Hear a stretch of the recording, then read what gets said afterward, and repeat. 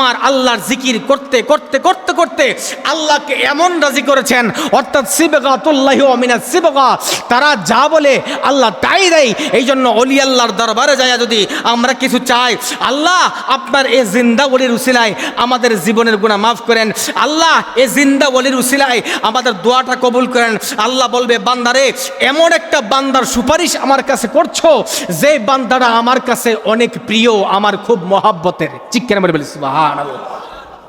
এই জন্য অলিদের দরবারে যাইয়া অনেকে বলে অলিদের দরবারে যাওয়া যাবে না, অনেকে বলে, অনেকের অনেক ভাইয়েরা বলে অলিদের দরবারে যাওয়া যাবে না, অলির দরবারে যাওয়া যাবে না, মাজারে যাওয়া যাবে না, মাজারে যাওয়া শিরিক, মাজারে যাওয়া বিদআত। আমি বলবো, বাবারে আপনি এখনো পর্যন্ত শিরিকের ফতোয়া নিয়ে আছেন। শিরিক কাকে বলে সেটাই তো আপনি বুঝতেছেন না। যদি মাজারে যাইয়া আমরা আল্লাহর অলিকে আল্লাহ মনে করতাম আর আল্লাহ মনে কইরা আল্লাহকে সেজদা করতাম, ওই মাজারে যিনি আছেন এই আল্লাহর অলি আছেন, তিনাকে যদি যাওয়ার পরে আমরা সেজদা করতাম যে আপনি আমাদের আল্লাহ, তাইলে এটা শিরিক হয়তো। আমরা মাজারের মধ্যে যাইয়া একটা মানুষ পৃথিবীর কেউ বলতে পারবে না আল্লাহর অলিকে আল্লাহ মনে করে কোনোদিন সেজদা দেওয়া হয়েছে। কথা বলেন ঠিক কি না? এই জন্য যারা ফতোয়া দেয়, যারা বলে মাজারে যাওয়া শিরিক, শিরিকের সঙ্গে সে জানে না, আমি তাদেরকে সুন্দর ভাষায়, সাবলীল ভাষায় শ্রদ্ধাবোধ রেখে আমি সেই ভাইদেরকে বলবো, ভাই মাজারে যাই আমরা সিজদা করি না, মাজারে যাইয়া মাজারের আল্লাহর অলিকে আল্লাহ মনে করি না, আমরা মাজারে যাই জিয়ারত করার জন্য। কারণ জিয়ারতটা হলো সুন্নাহ, সেই সুন্নাহ মোতাবক যদি সুন্নতের তাবেদারি করতে চান, যদি আল্লাহকে পেতে চান, আল্লাহর রসুলকে অনুসরণ করতে চান, রসুল বলেন মান আহাব্বা সুন্নতি ফাকাদ আহাব্বানি ওয়া মান আহাব্বানি কানা মাইফিল জান্নাহ। যারা আমি রসুলের সুন্নাহকে অনুসরণ করেছো, তারা যারা আমি রসুলকে অনুসরণ করেছো, আমি রসুলকে মহব্বত করেছো, ওয়া মান আহাব্বানি কানা মাইফিল জান্নাহ। যারা আমার সুন্নত অনুসরণ করে আমাকে মহব্বত করেছো, তারা আমার সাথে জান্নাতে থাকবে। চিৎকার করে বলে সুবহানাল্লাহ। কিন্তু মাজারে যাওয়া সুন্নত, কবরস্থানে যাইয়া আব্বা আম্মার জন্য দোয়া করা সুন্নাহ, জিয়ারত করা সুন্নাহ। আমরা মাজারের মধ্যে সেজদা করার জন্য যাই না, জিয়ারত করার জন্য যাই, দোয়া করার জন্য যাই।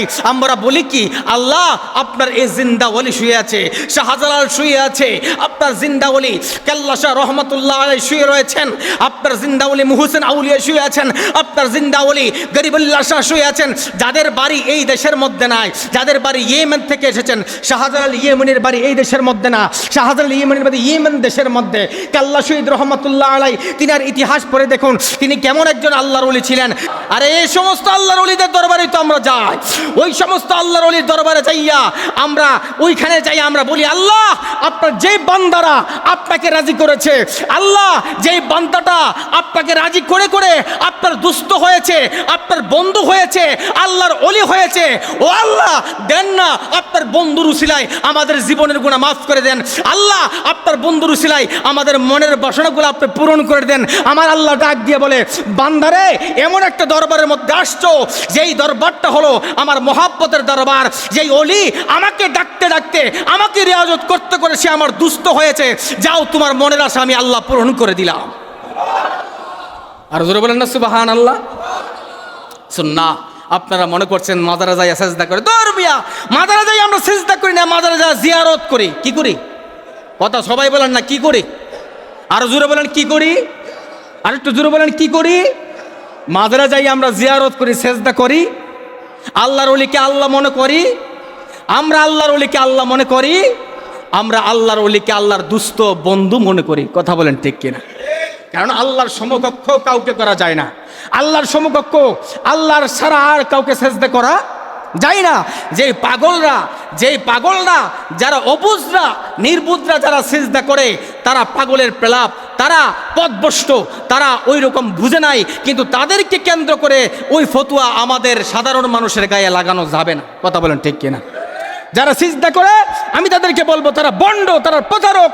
কোনো মানুষের কপালে, কোনো মানুষের কদমে সিজদা করা যাবে না, সিজদা করা যাবে না, হারাম হারাম হারাম, সিজদা করা যাবে না। সিজদার মালিক একমাত্র আমার আল্লাহ। কথা বলেন ঠিক কিনা? সিজদার মালিক কে? আওয়াজ করেন, সিজদার মালিক কে?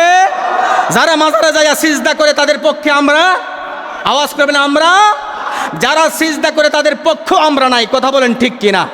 আমি তাদেরকে একবার নয়, দুইবার নয়, তিনবার নয়, 100 বার বলছি, যারা মাজারে যায় সিজদা করে তারা বন্ড বন্ড বন্ড। কথা বলেন ঠিক কিনা?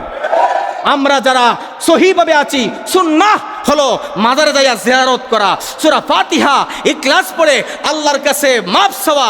আল্লাহ আপনার বন্ধুর উসিলায় আমাদের মনের বাসনা পূরণ করে নেন, আমার আল্লাহ সঙ্গে সঙ্গে দোয়া কবুল করবে।